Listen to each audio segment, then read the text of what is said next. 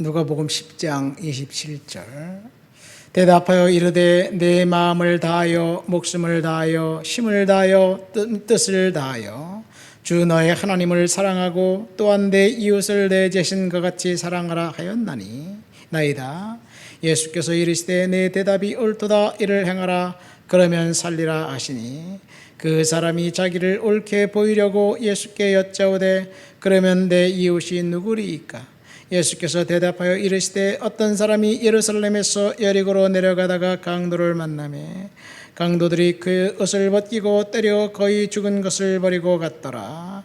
마침 한 제사장이 그 길을 내려가다가 그를 보고 피하여 지나가고 또 이와 같이 한 레위인도 그곳에 이르러 그를 보고 피하여 지나가되 어떤 사마리아 사람은 여행하는 중 거기 이르러 그를 보고 불쌍히 여겨 가까이 가서 기름과 포도주를 그 상처에 붓고 싸매고 자기 짐승에 태워 주막으로 데리고 가서 돌보아 주니라.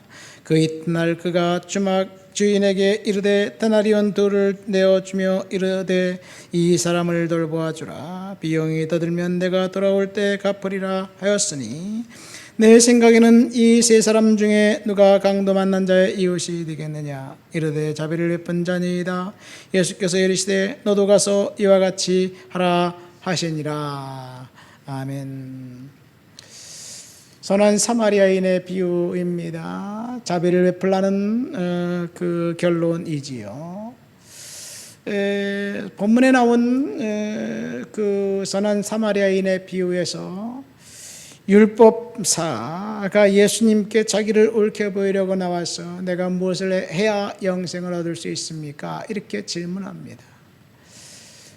율법사는 자신이 무슨 행동을 하고 무슨 일을 해야지 구원을 받을 수 있을 것이라고 생각해서 묻습니다. 이 율법사는 오늘날로 따지면 사법시험을 합격하고 검사 노릇하다가 나중에 법대 교수 노릇을 하고 있는 사람이라고 보면 됩니다. 이 사람이 예수님께 찾아왔습니다. 그는 성경에 정통한 사람입니다. 그는 인생에 대한 대답을 얻으려는 생각이 별로 없는 것 같습니다. 단지 예수가 당시 뜨는 랍비라는 소식을 듣고 예수와 함께 논쟁해 보고 싶은 그런 마음 때문에 찾아왔습니다.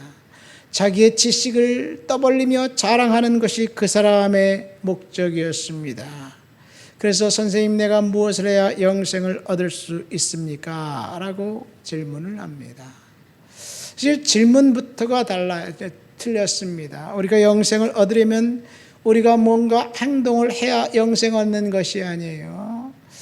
우리가 영생을 얻으려면 죄가 없어야 되는데 세상에 죄 없는 사람이 어디 있습니까?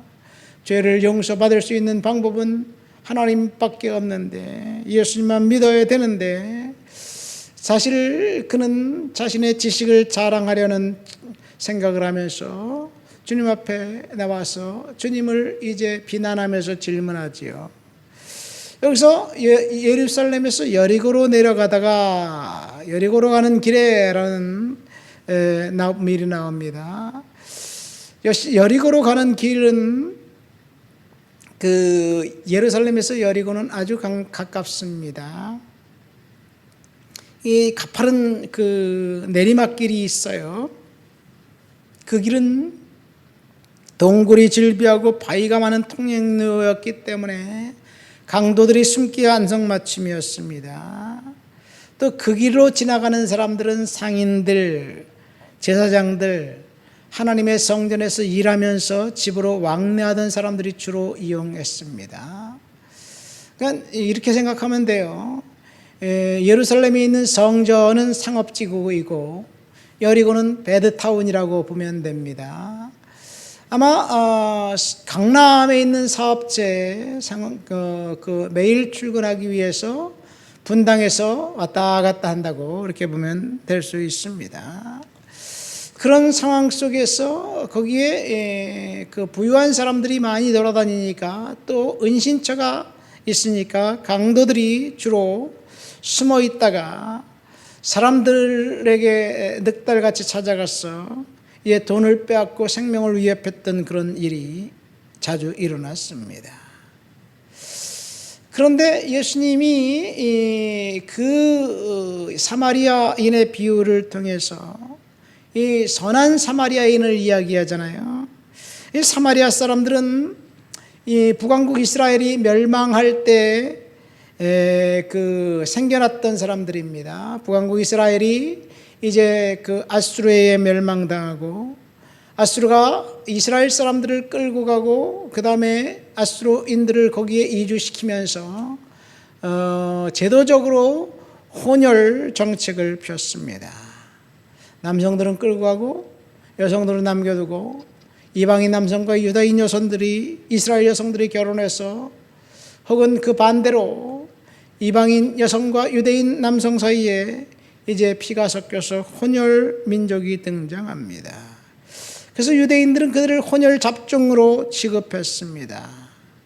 또 사마리아 사람들은 예루살렘 사람들이 자기를 무시하고 심지어 성전에 와서 예배드리는 것조차 거부하니까 자기 나름대로 모세 오경을 이제 번역해서 사용하고 예루살렘 북쪽 그리심산에 자기의 성전을 세워 거기서 하나님을 예배합니다.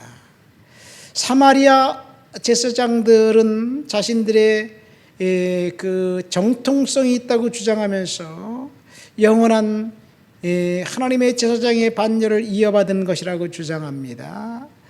그래서 유대인들은 사마리아인들을 더 증오하기 시작했습니다. 그들은 이방인 이교도들보다 더 악하다고 보았습니다. 적어도 이교도들은 그 사마리아 사람들처럼 무지하지는 않다는 이야기예요. 무슨 말이냐면 사마리아 사람들은 자기들의 성전을 세워놓고 자기들의 모세오경을 기록해놓고 예배하고 있으니까 이 다르다는 얘기예요. 이방인은 그걸 안 하기 때문에 차라리 이방인이 낫다는 이야기입니다. 철저히 유대인들은 사마리아인들을 멸시했고 무시했고 열등 집단으로 취급했습니다.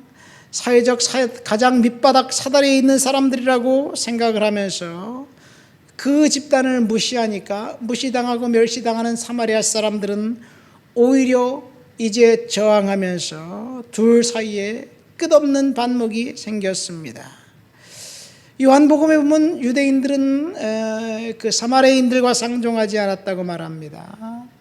사마리아 사람들은 이제 심지어 예수께서 오셨을 때 묵을 것도 내주지 않자 야고보와 요한이 매우 화를 내면서 예수께 불로 그 마을을 태워버리라고 주장까지 했습니다. 누가복음 9장 그 뒤에 보면 나옵니다.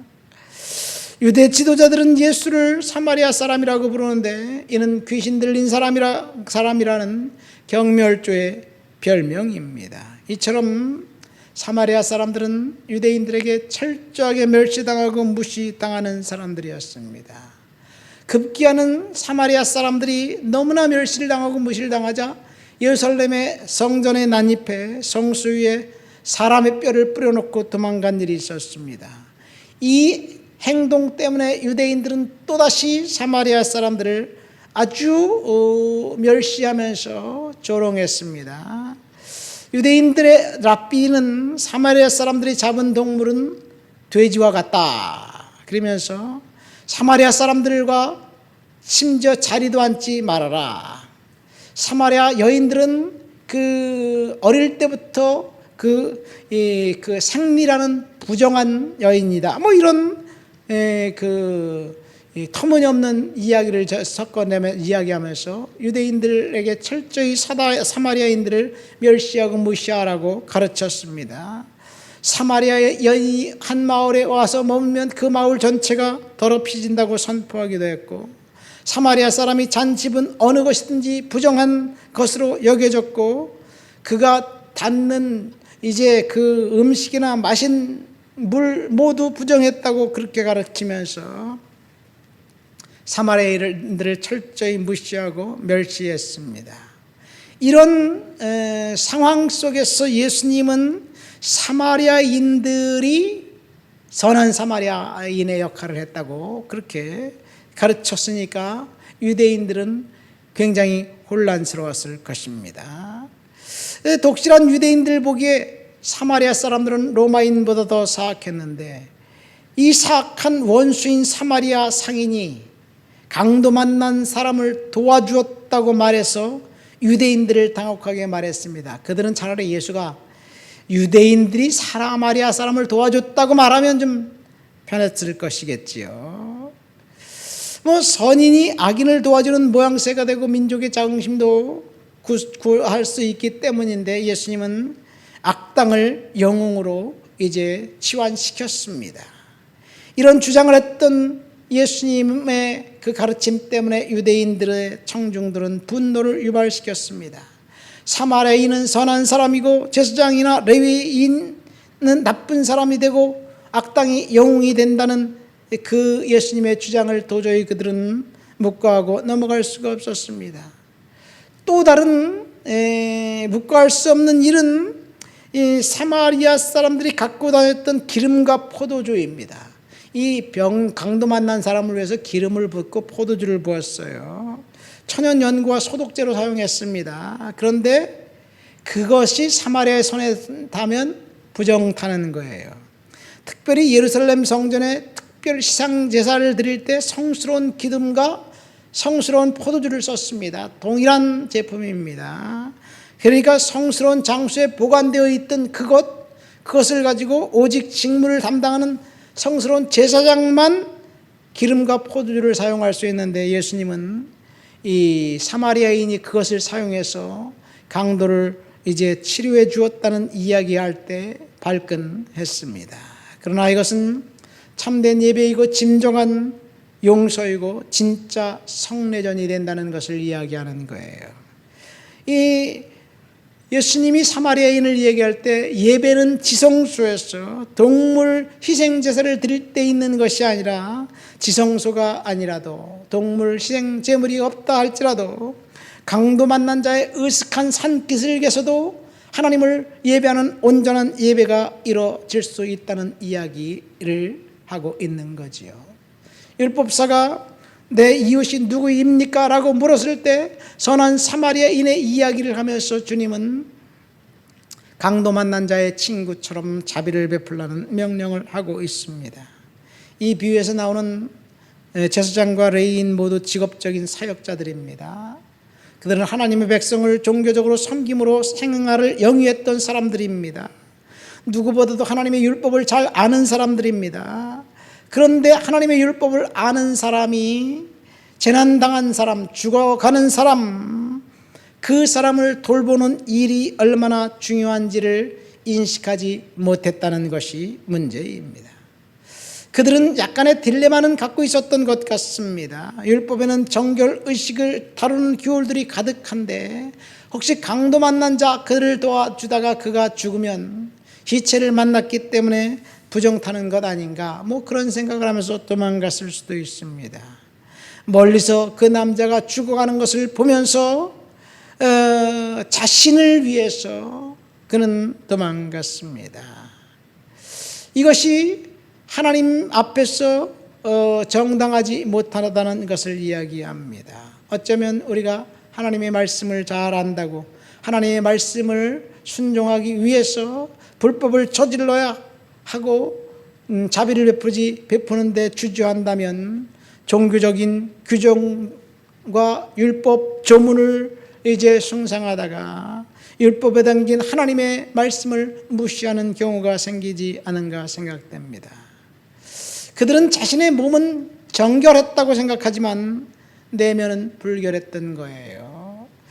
그로 인해 길목에 누워있는 하나님의 자녀의 가치를 인식하지 못했습니다. 이와 대조적으로 겉으로는 불결하게 보였던 사마리아인의 내면은 하나님 보시기에 진정한 정결한 하나님의 사람이었다는 것을 이야기합니다. 우리는 모두 하나님을 기쁘게 하겠다고 이야기하면서 하나님을 예배하겠다고 이야기하지만 진짜 어려운 사람이 있으면 그를 보고 건너가고 도와주지 않는 그런 어처구니 없는 그런 아이러니된 삶을 살아가고 있습니다. 거리에 보면 팔을 벌린 채 도움을 요청하는 노숙자들이 즐비한데 그들의 시선을 멀리하고 재빨리 지나가는 능력을 우리는 어느새 익숙해 익숙하게 알게 되었습니다. 그들과 상당한 거리를 유지하는 것이 차라리 그 양심의 가책을 덜 느낀다라고 생각하면서 제사장들이 멀리서 보고 그냥 가까이 있지 않으니까 도망간 것과 비슷한 상황이 아닌가 생각됩니다. 주님은 저와 여러분들에게 자비를 베풀라는 명령을 하고 계십니다. 우리가 자비를 베풀면서 그렇게 살아가시게 되시길 예수님의 이름으로 축원드립니다. 하나님 아버지 감사합니다. 오늘도 주님 말씀 생각하면서 믿음으로 은혜로 살아가도록 도와주시옵소서. 자비를 베풀라는 주님의 명령을 다시 한번 순종합니다. 예수님의 이름으로 기도합니다. 아멘.